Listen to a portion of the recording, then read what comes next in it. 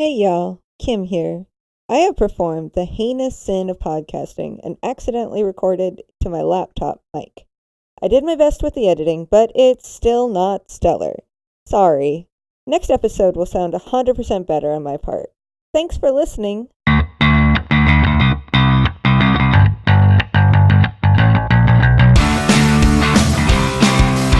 Welcome to Service Desk. I'm Andrew. I'm Kim, and today with us we have Elizabeth. Hi. Our second official guest. This is exciting. I feel very honored. Well, we're definitely honored to have another professional on the line talking about things that we are not really knowledgeable about. I mean, I'm not a professional about this topic, just somebody who uses it a lot, so I hope that I can give you some insight, I guess. I'm also not a professional podcaster, so I don't get paid, unfortunately. That's good, because we're not either. Yeah. As long as you know what you're doing enough to get your voice out into the world, I think we're good. Sounds good. So, did you have any news for us? I do have a little bit of news. Google's been in the news a little bit recently. Oh, yeah. I don't know if you've heard about that. They got slapped with just a little bit of a fine by the EU. I had not heard this. It's just a small little thing, but they've been ordered to pay $5 billion in antitrust. What? Yeah. What it basically boils down to is when Android or when Google ships out a new phone or has an agreement with a phone manufacturer that uses Android, they're required to comply to certain things like revenue sharing. Okay. If the Play Store is on the phone, then Google Chrome also has to be installed on the phone at default, and Google Chrome has to be the default browser as well. Oh, so there's no option? Yeah, exactly. Well, there's options, but the default is... Oh, I've said Google like 100 times here, so all of my different phones and is that what's going on? Off. Yeah. I've been trying to silence them as I've been talking, but yeah. So they're getting slapped with all these huge fines. They're going to try and appeal it. I think they have like 90 days, according to the ruling, to comply. Yeah. But yeah, I think this is like a record fine that they've been showing, that they've been slapped with. So it'll be really interesting. And it's interesting because it's a little different than like iPhone. Because when you get an iPhone, Apple doesn't let anyone else use their software. So it's okay for them to be very locked down, and you're only allowed Safari and stuff like that by default. But Google releases Android as a open source. Oh. But if they put Android on a phone and use Google services, then they can't use their own version of Android. So I can see both sides to this very easily. Google argues, though, that they are introducing market disruption, because when they got into the game, it was just basically BlackBerry and Apple. Sure, yeah. So they argue that they're not really violating anything, so they're expected to appeal. But yeah, that's been a big thing. Well, that's interesting. Had you heard anything about that, Elizabeth? No, but I must admit I'm not following like tech news a lot. Sure. And I'm always pro us getting money, so I really hope we get $5 billion? Yeah, $5 billion fine. We could use the money, I have to do some research on what we use the money for, but I have a soft spot for the European Union standing strong together and teaching American companies that they cannot just do whatever they want here. Right.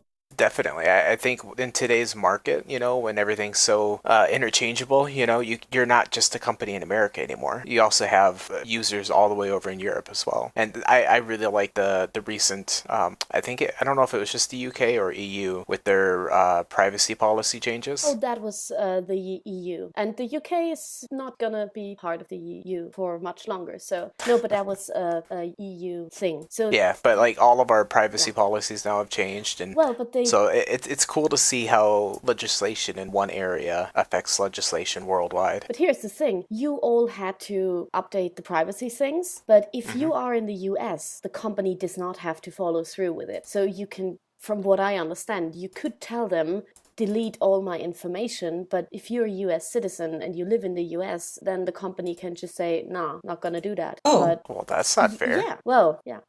And I feel cheated now. I'm kind of using that all the time, like when I write at a company and I really want to make sure they understand that they have to give me my information. I always sign off with greetings from Europe or something, just so like, yeah. But I might get this wrong, but I think that's how it works, because the EU cannot force companies to change their regulations somewhere else. So we can only make the rules for ourselves. So I don't think whatever the EU does can actually make the companies change their behavior towards their American users. I mean, it would be great if they could. Yeah, I mean, clearly America can't flip and set things up for themselves, so help us, please. No, I mean, we try. We try to help ourselves, and then we can help you.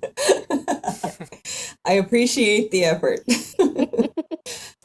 And I suppose the other thing I saw recently that was kind of interesting is kind of a side news item. Samsung is expected to release the first bendable phone next year. That sounds like a bad idea. Well, it's been a bad idea, I think, because it's always been a accidental thing, with the Apple scandal and everything. But it's going to be a phone where you can bend the screen. So that'll be cool to see if that actually gets out, or if it's just always going to remain kind of like a conceptual thing that companies talk about making but never do. I would imagine it's difficult to make the material do that and still be functional. Yeah. Well, I always too wonder the practicality behind it. What's going to benefit having a phone that we can bend when a phone that is open all the time is working fine for everyone right now? Yeah. But, I mean, that's all I got. We will find other ways to ruin our phone.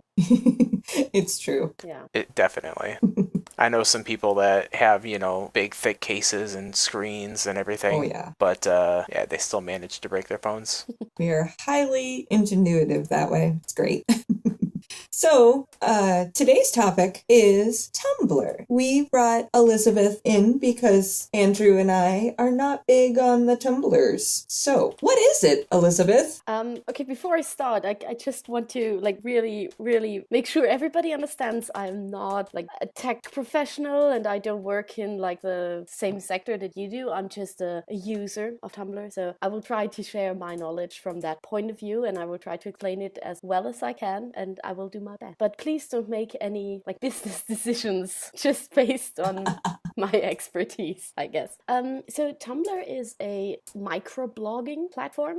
It's a bit a mixture of Twitter and a regular blog system. Sure. So like Twitter, it allows you to follow other accounts, and then when you access it on Tumblr, it's called the dashboard. You will see all the posts that the other people made, and then you can interact with them. You can, for example, just on Twitter, you can like them, or you can share them with all of your followers. So put them on your own blog, on your own page, or you can reply to them, just like on Twitter, but it allows you to do that for very long text posts, for pictures, sound files, videos, GIF sets. So it's not limited to how many signs can you do on Twitter? 200, I think? I think it's 280 I thought it was now. 170, but They increased it recently. So it's the blog version of Twitter. Okay. I mean, oh god, everybody who is a big Tumblr fan will now they will scream at their headphones. We're not Twitter. Yeah. No, that makes sense. So it's it's interactive blog where you can put out your kind of thing that you want to write about, and then people can easily comment and talk on it.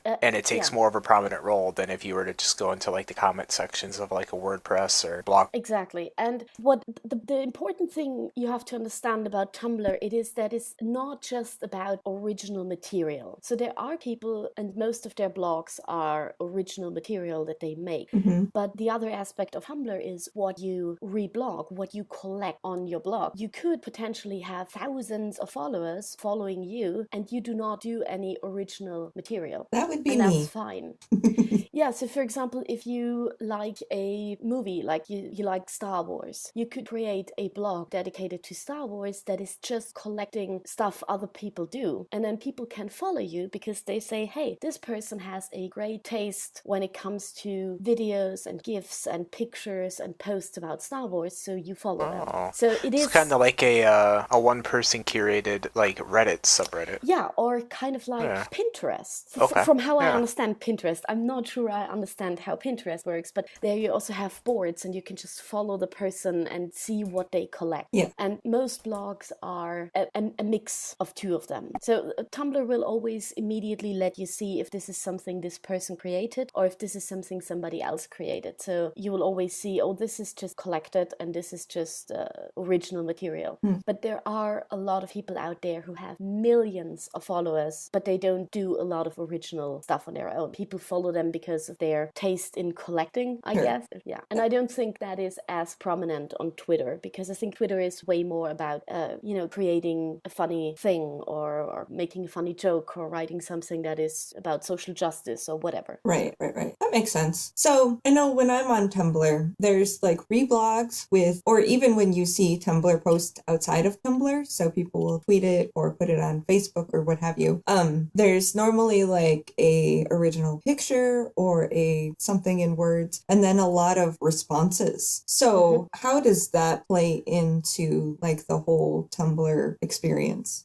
First of all, I think that's something that everybody should be aware of when they join Tumblr. In Tumblr, I think it's the same with Twitter and Facebook, but even more with Tumblr is the type of experience you will have depends mostly on the people you follow. Okay. And that's the same with those conversations. So you can, when you reblog a post, you can add to the post. And then everybody who looks at your reblogged version will see your comment and can then add. And this is kind of a topic that a lot of Tumblr is not, there's discourse about that, because a lot of people say that you should not add to a post unless it is something important. So for example, if there is a picture and there is a conversation happening of different people and you add to that, this is really funny. A lot of people will say, don't do that because you're not adding anything. And now everybody who sees this post on your dashboard, on your blog, has to reblog it with your silly comment. Sure, that would make sense. Whereas, and then some people are very, very adamant about that. And other people are like, this is my blog and I'm just going to do whatever I want. In the early days of Tumblr, and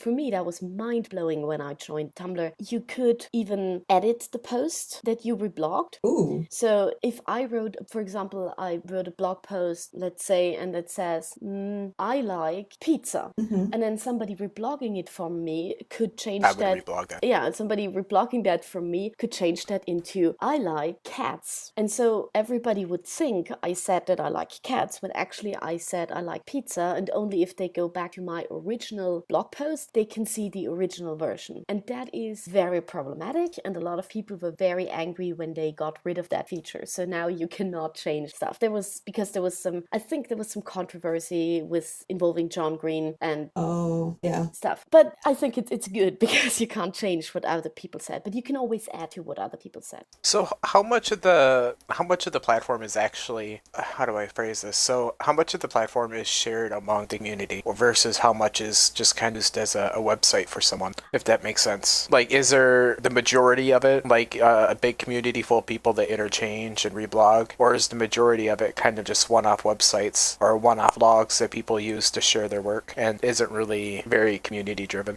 I mean, this is difficult to say because I only interact with people who want you to interact with them. I guess you would have to look up statistics, but I think most people use it as a kind of social media platform that it is interactive, because Tumblr make very, very easy to be interactive with other people, and so I think most people do that. Companies, on the other hand, tend to use Tumblr if they use Tumblr, because it's not like Twitter. Like, every company has a Twitter account. You talked about that in your last episode, but not every company has a Tumblr, because Tumblr has a reputation. But those companies who use it, most of them just use it to make a blog post with their updates, and then people can comment on it and they can share it, but there's not a lot of interaction going on. So that's more what the companies do. But I'd say most individual users are on Tumblr because they want to interact. Okay. And that kind of leads into my other question is, and I was going to try and find a tactful way to get around this, but like I was looking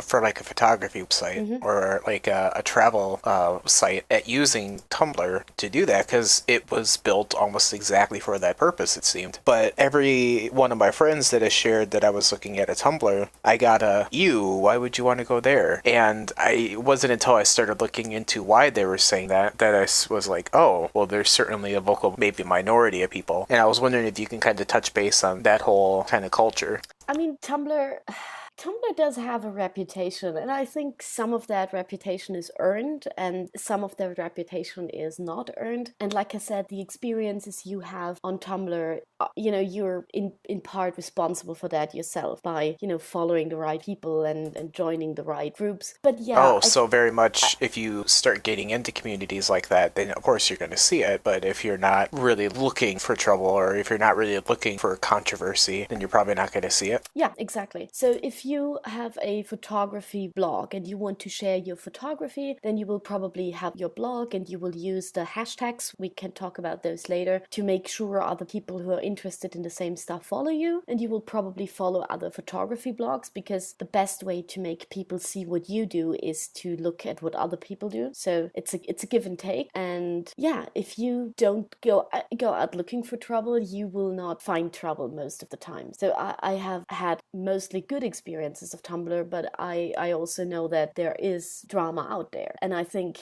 you have to make clever decisions about what you do. But I also get when your friends are a bit iffy about Tumblr because having a blog as a company and also sharing that on Tumblr, I'd say is fine. But if I, look for a homepage or a blog of a company and their official blog is called, I don't know, mercedes-benz.tumblr.com, that would be a bit weird for me. Like, yeah, can't you just call it mercedes-benzblog.com or whatever? I mean, Yeah. it's fine for like podcasts and stuff because we're not multi-million-dollar franchises, but yeah, it is a bit, for me, even as a person who uses Tumblr, it can be a bit unprofessional. Okay. Yeah. Also with Tumblr, I know that there's a bit of a dirtier side to Tumblr. So how shielded are you from like the porn side if you're just like a normal user?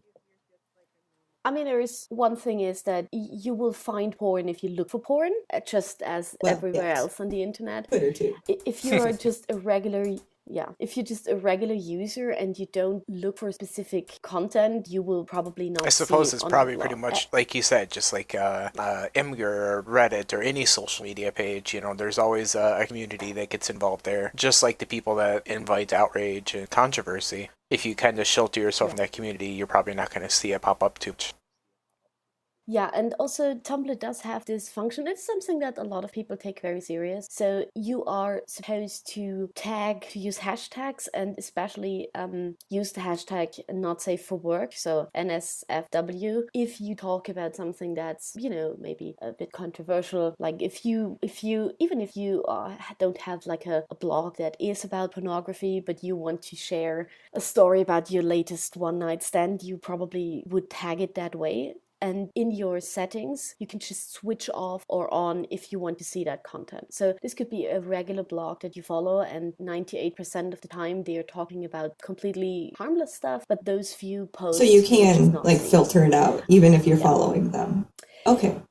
Yes, Tumblr as such, the website as such allows you to filter everything that is considered not safe for work.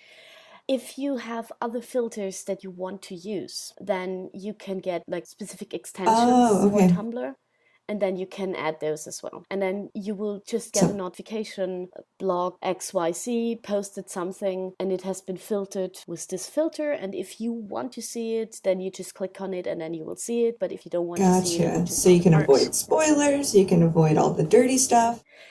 Exactly. Good. Exactly. So kind of speaking about that with like topics then as well. You kind of hinted to this a little bit. Tumblr uses hashtags. Is it pretty similar to kind of how Twitter uses it? Yeah, so hashtags have like are very important on Tumblr to use them, and it takes a while to really figure out how to best use them. So on one hand, they are used like on Twitter. So if I make a blog post about, I don't know, a book that I read, I will just tag it with that hashtag. And so if somebody is looking for posts about that book, they will find my post, even if they're not following me. So that's like Twitter. And it's also a way to categorize your own blog. So you could tag all the stuff about your personal life with, I don't know, personal stuff. or you could do all your posts on social justice and tag them that way. So if somebody is going to your blog and is just looking for specific types of content, they can filter it that way. So that's the two original intended reasons for the hashtags. The third use is, and that's something we talked about before, to filter and to block specific content. And this is where everybody needs to be responsible for their followers, but also about the people they follow. So if, for example, you are a blog that usually blogs about general stuff, and then you make a post that is something that maybe people would find offensive or would not want to see. For example, I'm Austrian, right? So if I talk about something about Austrian history that might be upsetting to a lot of people, I would make sure to use a tag so that people who do not want to see that kind of content can easily filter it. If I don't use the tag, everybody will see it, and then people might get upset because that's not what my blog is usually about. Yeah. So, but this requires a bit of, interaction between the people who follow you and people you are following. So, for example, I'm very afraid of spiders. I'm highly arachnophobic. I cannot see any posts about spiders. So if I follow a spider blog, then that's just my own fault. But if you follow a blog about ponies, you don't want to see a spider pop up in your feed.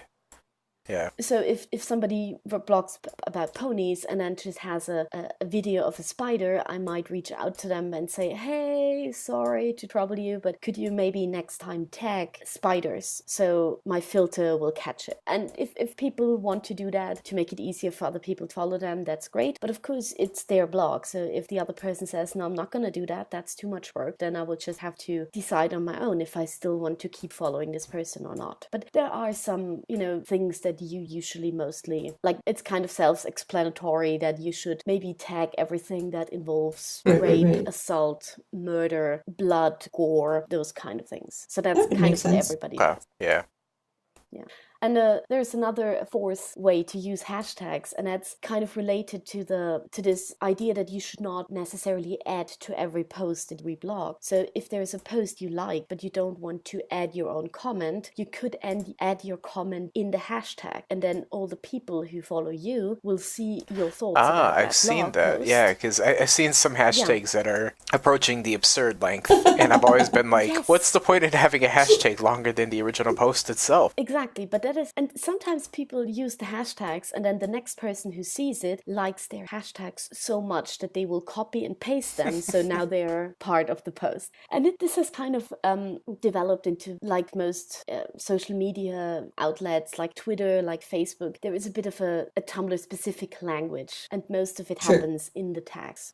So tags are very important, and using the right tags is, if you want to make people see your stuff, using the right tags is. So you could potentially search by those tags and find what you want to see, right? Yes, and you can also, and this is something that has not been around for that long, you can follow a tag, and then even if you're not actively looking for something, every once in a while a post from that tag will appear, just in your dashboard. Just like hey, timeline. You might like this kind of thing.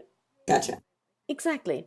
So I follow the hashtag podcasts. So even if I'm not actively looking at the hashtag, every once in a while a podcast post will show up. Yeah, and that's a good way to find new blogs to follow and new people to interact with. And new podcasts to listen to for your podcast. Exactly. Yeah, it's a smart idea, so you don't just kind of get, stuck in your own little kind of corner. So yeah, that's a neat function. Although, fair warning to all the other podcasters out there who listen to this and say, oh my god, this is how I can spread out. Tumblr is, when it comes to podcasts, more an audio drama crowd. So if you do fiction, it's very easy to find your people on Tumblr. It is more difficult with non-fiction. Right. No, I've seen the Tumblr posts for audio dramas and people go crazy. But for Service Desk, nah. Yeah. I mean, that's because Tumblr, you find every topic, you will find every political opinion, you will find people from everywhere. But for sure, there is a bit of a focus on fandom. Yes. So TV shows, books, the movies, Super Hulock fandom is mine. Even though I don't watch Supernatural, I know all about it because of the fandom. Exactly. So that's and you can totally avoid that depending on who you follow. But fandom is a big point on Tumblr because it is so much easier than any other platform to really celebrate the thing you love, because you can do videos, GIF sets, long meta posts about why these two characters should totally date. You can all do all of that on Tumblr, and it's easier than doing it on Twitter where you're restricted to the words and to the and the other big aspect on Tumblr is the whole social justice topic. So while you will find people from all spectrums of politics, I'd say the big majority is more liberal, younger people, more liberal people. But of course you will find everybody.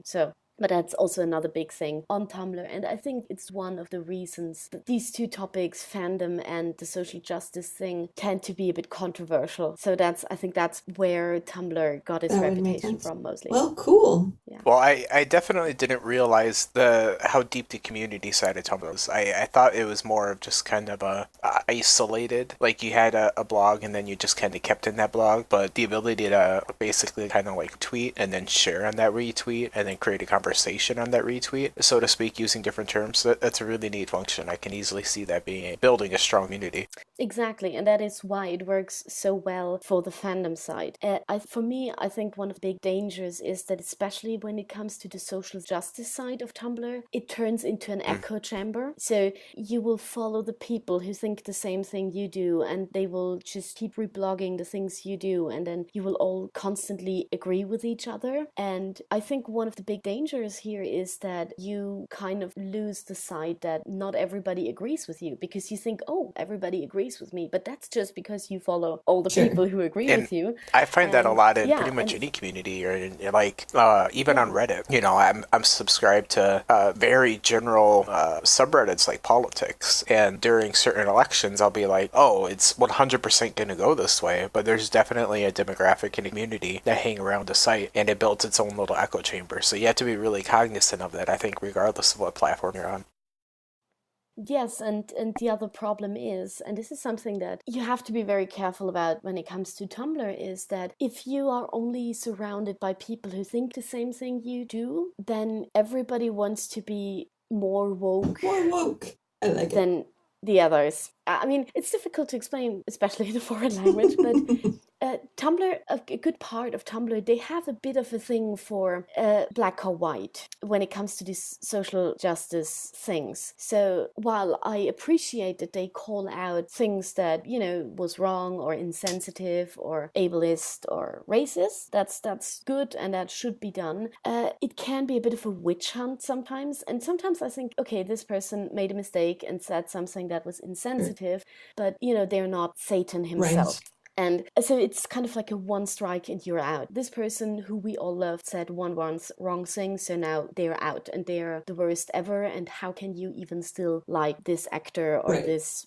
writer when they did this one thing? And sometimes it's not even properly source checked, and that annoys me so much. And this who is the least problematic kind of dynamic is what drives a lot of people off, because they feel like, okay, if I make a mistake, then it's not like people will just tell me, hey, this was a bit not good and here are some sources where you can check why this is not good, but it will be, I'm going to reblog this, I'm going to write a comment about how terrible you are because you don't know this, and then I will spread that to my 10,000 followers, and then they will also keep bashing you because, that kind of gets the dynamic, and then suddenly a post goes viral with something you said on your own blog, and that was kind of a bad thing to say, but you did not deserve this kind of backlash. So this is something that can be a bit, I don't like it, because usually if you check in with this person, they're like, oh, this was a dumb thing I said and now I know better. Yeah. Because we all say dumb things from time to time that we don't really mean.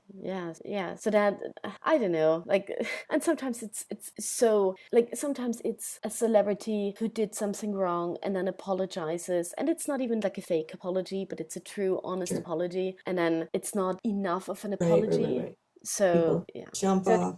Tumblr tends to love people with a passion and a fierceness, but then tends to hate the same people with the same passion and fierceness as a collective. It's all passion. It just depends on which way it's going.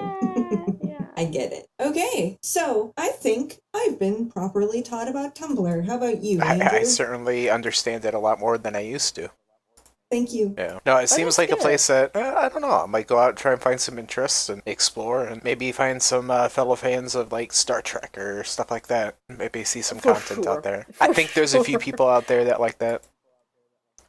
Yeah, I've heard of people, they live like far across the hills, and they've heard of people who like Star Trek. The thing is, if you join Tumblr, in the beginning it's complicated and you don't really know the rules, so it will take some time until you really get a hang of it. But I think that's the same with Twitter. I've been using Twitter for years, but I don't use it a lot, so I'm still a bit lost on how to use it properly. So I think the one thing you will find out is that Tumblr posts are more long-lasting, because tweets are supposed to be short and in the moment, whereas you can, like, sometimes people reblog posts I made 3 years ago. Man. So yeah, so that's something to keep in mind. Yeah, that's So, one thing about Twitter. if you see, I always think it's kind of funny when people go Yeah. back and look through your feed and it's like this tweet from 2 months ago and you're like, what are you Yeah. doing?